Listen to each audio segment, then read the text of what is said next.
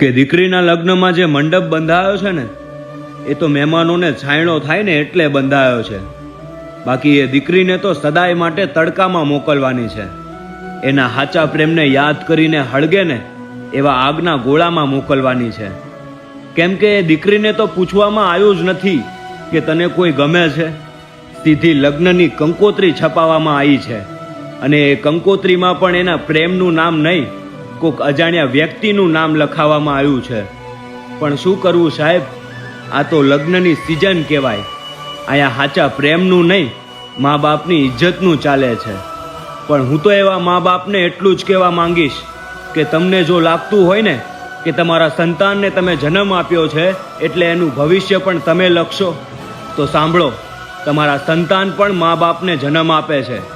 અને રહી વાત ભવિષ્યની, તો તમારા સંતાનનું ભવિષ્ય સ્વયં ભગવાને લખ્યું છે. પણ એ ભવિષ્યને ભૂસવાનું કામ તમારું નથી. તમારા સંતાનના પ્રેમને અલગ કરવાનું કામ તમારું નથી.